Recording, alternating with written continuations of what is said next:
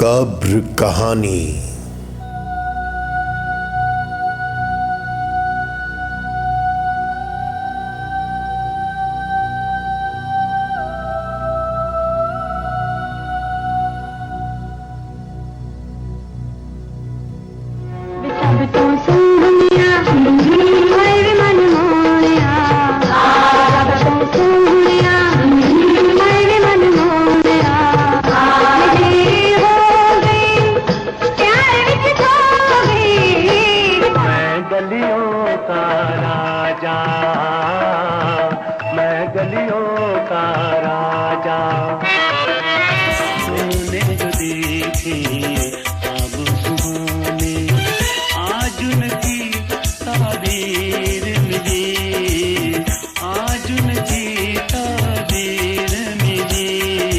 हर गा मेरे मनवा गाता जा रे। आपकी खिदमत में हम रंगीला के हवाले से कब्र कहानी पेश कर रहे हैं। थोड़ा मैं तारुफ यंगस्टर्स के लिए करा दूं, जो बच्चे अभी 18, 20, 22 साल, उनको शायद अंदाज़ा ना हो। पहली बात यह है कि बहुत ही कम लोग जानते हैं कि रंगीला का असल नाम सईद खान हरगिज़ नहीं था। उनका असल नाम था शेर खान, इसीलिए उनको घर में शेर आगा कहते थे। दूसरी बात बहुत आम है, वो ये कि सिर्फ पाकिस्तान नहीं, पूरे बर्रे सगीर के सिनेमा, बल्कि मेरा ख्याल है कि पूरी दुनिया की सिनेमा की जो हिस्ट्री है उसमें रंगीला जैसा दूसरा कोई बंदा नहीं। उसकी एक सादा वजह है कि एक वाहिद अदाकार who started his career as an extra, एक कॉमेडियन के तौर पे, फिर वो हीरो तक पहुंचा, हालांकि बहुत ही अजीबोगरीब उनका चेहरा था। तो एक वाहिद एक्टर है पूरी दुनिया के सिनेमा की तारीख में जिसके नाम पे मूवीज़ बनी और हिट हुई। मसलन रंगीला, एक रंगीला, दो रंगीले। It's amazing. ये नहीं हुआ कभी दुनिया के किसी के एक मार्लन ब्रांडो तो दूसरा मार्लन ब्रांडो, या एक शॉन कॉनरी या दूसरा शॉन कॉनरी, या और बेशुमार एक्टर्स। ये एक यूनिक आदमी। अच्छा, तो बेसिकली तो ये है कि रंगीला क्या नहीं था। बहुत स्ट्रगल की, इंतहाई गुर्बत देखी। वो खुद एक बार रंगीला ने कहा था कि एक वक्त था कि भूख की वजह से जिन ट्रॉलीज पे गन्ना जाया करता था, मैं उस ट्रॉली के पीछे भाग के 2, 4, 6 गन्ने निकाल लिया करता था कि वो गन्ने चूस के मैं भूख मिटा लूँ। ये लेवल था। फिर उन्होंने छोटी मोटी को रेडियाँ लगाई, फिर वो सेट डिज़ाइनिंग में, फिर वो पेंटर बन गए, फिर वो बॉडी बिल्डिंग वगैरह, पता नहीं क्या क्या करते करते फाइनली रंगीला आ गया as an extra film industry में। मुझे बतौर एक्स्ट्रा उनका रोल मुखड़ा में याद है, जो संतोष कुमार साहब और आसिफिया खानम की एक बहुत ही खूबसूरत फिल्म थी, जिसका ये गाना आज भी ज़बान ज़द-ए-आम है, दिला ठहर जा यारदा नज़ारा लैन दे। ये उसका, इसमें बिल्कुल आखिरी सीन में रंगीला बेशुमार एक्स्ट्राज में खड़ा शक्लें बना रहा है। बहरहाल, सो रंगीला बेसिकली क्या नहीं था। एक मज़दूर से लेके, एक पेंटर से लेके जो फिल्म इंडस्ट्री में दाखिल हुआ, तो एक बिल्कुल एक्स्ट्रा, फिर वो एक्टर बना, कॉमेडियन बना, फिर बहुत बड़ा कॉमेडियन बना, एक्टर के बाद प्रोड्यूसर बना, फिर राइटर बना, फिर सिंगर बना। गा मेरे मनवा गाता जा रहे। बहुत ज़्यादा गाने नहीं गाए, लेकिन जितने भी गाए मोस्टली सारे गाने तकरीबन हिट हुए। कंपोज़र था, डायरेक्टर था, डिस्ट्रीब्यूटर था। अमेजिंग। इतना अजीबो गरीब कैरियर मेरा नहीं ख्याल। मैंने हालांकि इंटरनेशनल जो दुनिया के सिनेमा के बारे में मुझे वाजबी सा इल्म है थोड़ा बहुत। रंगीला दूसरा पूरी दुनिया की फिल्मी जो तारीख़ है उसमें नहीं है, जिसने हर हैसियत में ख़ुद को मनवाया। मेरी भी उनसे चंद मुलाकातें हैं। एक गायब दिमाग आदमी और बिल्कुल चिट्टा अनपढ़, शदीद मेहनत, कमिटमेंट और पैशन के बलबूते पे वो उरूज देखा जिसकी दूसरी मिसाल नहीं मिलती। तो लेकिन फिर वही बात है, हम जो भी हों और जैसे भी होते हैं, बिल आखिर सब कब्रों में जा सोते हैं। सो रंगीला ऑल्सो पास्ड अवे। अल्लाह उनकी मग़फ़िरत करे। तो ये कब्र कहानी इस बार रंगीला के हवाले से।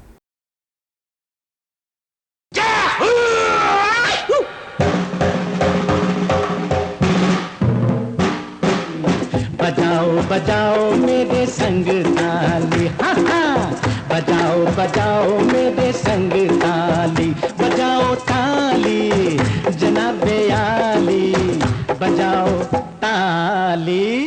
रंगीला पाकिस्तानी सिनेमा की तारीख में कॉमेडी का सिंबल जाना और माना जाता है। एक्स्ट्रा से बाकायदा अदाकार, हिदायतकार, मौसीकार, गुलूकार, स्क्रीन प्ले राइटर और बतौर शायर रंगीला ने पाकिस्तानी सिनेमा में हलचल मचा दी। शेर खान और सईद खान से रंगीला तक। आमतौर पर लोग ये समझते हैं कि रंगीला का असल नाम सईद खान था। ये बात दुरुस्त नहीं। अफ़गानिस्तान के सूबे नंगरहार में पैदा होने वाले रंगीला का असल नाम शेर खान था, जो बाद में सईद खान हुआ और फिर हमारी फिल्म इंडस्ट्री में रंगीला के नाम से कॉमेडी की दुनिया में एक नई तारीख मुरतब कर गया। की देख ले ए तोरी वालदा दी तस्वीर है। ओए अन्या रेछा तेरी अखां च कूकरे पए ने, ए तैनूं मेरी वालदा नजर आ रही है? हो सकदा है उन्हां दी जवानी दी तस्वीर हो। ओए मेरी बेटी दी तस्वीर है। अगर मैं ये कहूँ तो इसमें मुबालगा नहीं होगा कि पूरी दुनिया की फिल्मी तारीख में एक अदाकार भी ऐसा नहीं जिसके नाम पर फिल्में बनी और सुपर हिट साबित हुई हों। मिसाल के तौर पर एक रंगीला, दो रंगीले, रंगीला और मुनव्वर ज़रीफ। ज़रा अंदाज़ा लगाएं, कभी आपने सुना एक चार्ली चैपलन, एक जैक लेमन, एक बॉब हॉप, एक जिम कैरी, एक जॉनी वॉकर। रंगीला ने मज़ाहिया अदाकारी की तो मज़ाह का सिंबल करार पाया। बगावत की नहीं दादा हुजूर, मोहब्बत की खुशबू आ रही है। कोई नहीं है दुनिया दे विच पड़े जो मेरा पल्ला। संजीदा अदाकारी की तो लोगों को रुला दिया। अखां खोल के ना व्यापारियां नूं पछाण बेबे, ए तेरी धी दी डोली लैन नहीं है, डोली सजा के नोट ले जाना चाहते थे। जिस दिन नोट मुक गए तेरी धी तेरे बूहे ते आ जाएगी बेबे। आउण वाली कल दा ख्याल कर बेबे, ते जरा सोच सौरे दे धक्के खा के मां प्यो दे बूहे ते आउण वाली धीआं तोड़ना बहुत खोलदी बेबे। गुलूकारी की तो हर गा मेरे मनवा गाता जा रे। हिदायतकारी और फिल्म साजी में दिया और तूफान ऐसी बेशुमार फिल्में दे गया। पहली फिल्म बतौर फिल्म साज हिदायतकार दिया और तूफान रिलीज हुई तो ये फिल्म कामयाबियों के एक तूफान का पेश खैमा साबित हुई। कुबड़ा आशिक। कुबड़ा आशिक पर ज़रूरत से ज़्यादा पैसा खर्च किया, लेकिन बदकिस्मती से फिल्म बुरी तरह से फ्लॉप हो गई, जिसने रंगीले को फ़नी और माली तौर पर बाकायदा कुबड़ा कर दिया। कुछ लोग रंगीले को मुकद्दर का सिकंदर समझते हैं, मगर वो ये नहीं जानते कि रंगीला मुकद्दर ही नहीं, मेहनत का भी सिकंदर था, जिसने इतनी किस्म की मजदूरियां की जिन्हें बयान करना भी मुमकिन नहीं। सत्तू से तुखमलंगा बेचने, फिल्मी बोर्ड पेंट करने तक, स्टेज पर अदाकारी से सेट की रंगाई ऐसी जिस्मानी मजदूरी तक, धड़ों पर सोने से लेकर चलते ट्रक से गन्ने खींचकर भूख प्यास मिटाने तक रंगीला ने क्या कुछ नहीं किया। फिर क्या हुआ? इस दुनिया में प्यार ना करना, जीते जी मर जाओगे। रंगीला ऐसे लाजवाल अदाकार के बारे में उनकी प्यारी बेटी फरादीबा ने हमें बताया कि उन्होंने खुद ही थोड़ा सा जो है ना, थोड़ा सा यानी कि साइड पे हट गए थे, जो कि लोगों को नहीं पता, दुनिया को नहीं पता, और थोड़ा सा इज्तनाब करना शुरू कर दिया था। थोड़ी सी अपनी पर्सनली कुछ थे, क्योंकि उन्होंने इतना अरूज देखा, इतना अरूज देखा, इतना उन्होंने कामयाबियां हासिल की, तो उस चीज़ को कोई देखने वाला, संभालने वाला, कोई उस चीज़ को जो है ना बेहतर करने वाला को, यानी कि वो समझते थे, यानी कि वो कोई भी नहीं था। मायूसी उनके चेहरे पे नहीं आई। वो थोड़ा सा खुद ही थोड़ा सा जो है ना स्लो हो गए थे, थोड़ा किनारा कशी हो गए थे, थोड़ा रेस्ट की तरफ चले गए थे, थोड़ा आराम की तरफ चले गए थे, दिमाग को थोड़ा सुकून देना चाहते थे, तो इसलिए थोड़ा सा मूवीज़ की तरफ उनका जो रुझान यानी कि कम हो गया। लेकिन स्टोरीज लिखते थे बैठकर अपना सिंगिंग कर लेना घर पे, अपना यानी कि ये रियाज कर लेना, दोस्त यार आ जाना, बैठ जाना, लेकिन खुद ज़्यादा नहीं जाते थे स्टूडियो। यानी कि वो उनका इतने सेल्फ मेड थे कि वो कहते थे कि मैं काम नहीं कर रहा हूँ तो मैं जाऊँ स्टूडियो में जाकर बैठ जाऊँ, तो वो यानी कि बिल्कुल ही अपने आप को एक अलग से जो थोड़ा कर लेते थे। लेकिन फिर वो अरूज ज़वाल और ज़िंदगी में इंसान की, हर एक इंसान की ज़िंदगी में जो है ना वो आता रहता है, लेकिन मायूसी उनके चेहरे पे मैंने कभी नहीं देखी। वो बीमारी की हालत में भी ना, जब वो बीमार हुए, तो जब हमें उनकी बीमारी यानी कि सिर्फ लंग्स, लिवर और उनकी किडनीज, उन तीनों का इकट्ठा इलाज शुरू हो गया। वो कोमा में चले गए, मैं उनके साथ साथ उनका देखभाल, वालदा मेरी हार्ट पेशेंट थी और वो नहीं उनको लुक आफ्टर कर सकती थी, तो अल्लाह ने मेरे नसीब में लिखना था। हॉस्पिटल में रह के जो मैंने उनसे कुछ थोड़ा सा सीखा, और सबसे बड़ी बात कि जो दर्द मैंने जो है ना सीखा, और अल्लाह की मखलूक के साथ मोहब्बत करना जो मज़ीद मैंने जो है ना मेरे अंदर एक चीज़ें आई हैं, वो वालिद साहब की बीमारी की, उनकी तकलीफ़ों के दिनों में मुझे ज़्यादा, और फिर उन दिनों में मुझे पता चला कि हम औलाद किसकी हैं। हर तबके के लोग आते थे अब्बा से मिलने, उनकी खिदमत भी करते थे, उनके पाँव में दबाते थे। अच्छा, एक और जो सबसे इम्पोर्टेंट बात है जो कि उनके हवाले से मैसेज है, वो बीमारी की हालत में जब उनको डायलिसिस रूम में मैं लेके जाती थी ना, डायलिसिस कमरे में, मुझे कहता था बेटा मुझे जो है लिटा के नहीं लेके जाना। डैडी मैं किस तरह आपको, हम लोग जो है ना वो लिटा के कि नहीं लेके जाएंगे तो कैसे लेके जाएंगे। कहता बेटा जो मैं बाहर से, जब आप लोग मुझे लेके जाएंगे, बाहर और भी लोग बैठे होते हैं अपनी मरीजों के रिश्तेदार, तो वो तो मुझे देख के कहेंगे, वो तो मुझे देख के परेशान होंगे। मैं परेशान, मैं दुनिया को परेशान करने के लिए पैदा नहीं हुआ। वाह। मुझे आप पकड़ के 3-4 लोग चला के लेके जाएं, व्हील चेयर पे लेके गए तो मुझे देख के रोएंगे। आप यकीन करें कि मेरा दिल फट जाता था उनकी ये बात सुनकर। मुझे कहते थे कि वो मुझे देख के रोएंगे, यानी कि खुद वो मौत के करीब थे, और मुझे कहते थे मुझे व्हील चेयर पे नहीं लेके जाना, मुझे लोग देख के रोएंगे। उस हालत में भी उनको अल्लाह की मखलूक की फ़िक्र थी, उस हालत में भी उनको अल्लाह की मखलूक की फ़िक्र थी कि मैं जो है वो, मुझे व्हील चेयर पे नहीं लेके जाना, जो लवाहकीन है मरीज़ों के मुझे देख के परेशान होंगे। मैं तो खुशियाँ देने के लिए पैदा आया हूँ। वो उनके आखिरी दिन थे।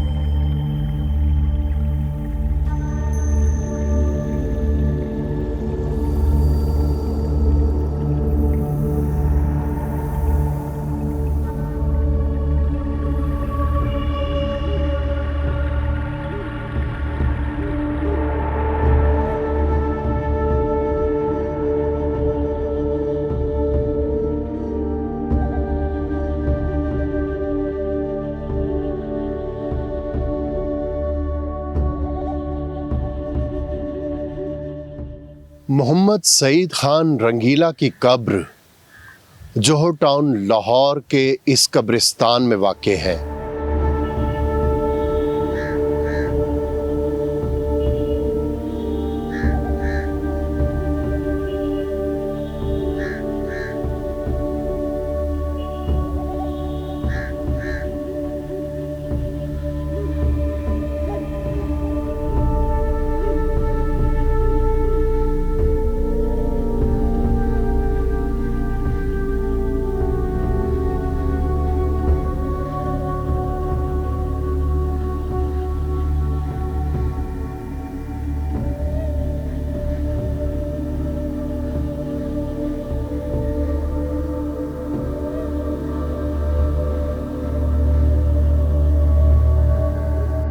आप हैं यहाँ के गोरखन? जी हाँ।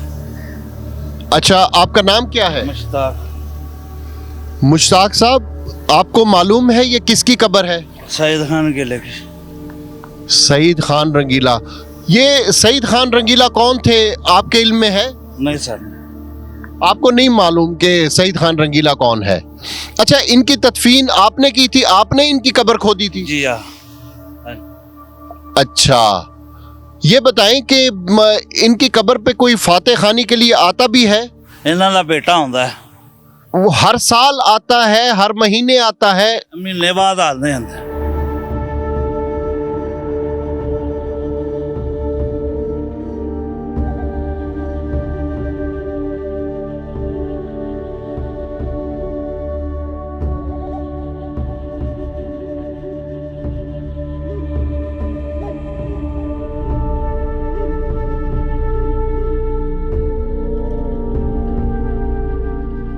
तमाम जिंदगी लोगों के चेहरों पर खुशियां बिखेरने वाले रंगीला मरहूम पर हसन निसार साहब की ये बात 100% सादिक आती है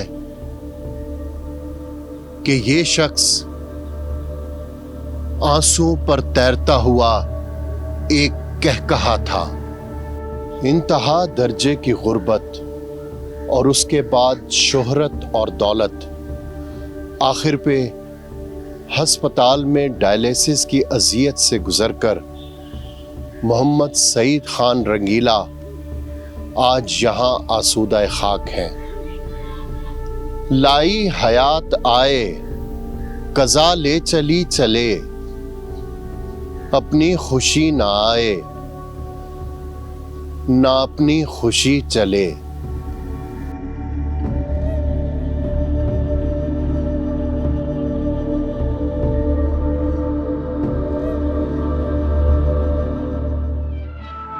गलियों का राजा, मैं गलियों का राजा, मेरे साथी मेरे नगमे और ये टूटा बाजा, मैं गलियों का राजा हूँ। हमने जो देखी ख्वाब सुहाने, हमने जो देखी ख्वाब सुहाने, आज उनकी ताबीर मिली, आज उनकी ताबीर मिली। झूमो खुशी से दीवाने, चुप गए अज मेरे दिल दे तार, सतरंग दी बेड़ी डूब गई विचकार। टूट गए अज मेरे दिल दे तार, सतरंग दी बेड़ी डूब गई विचकार। टूट गए मेरा महबूब मेरे प्यार का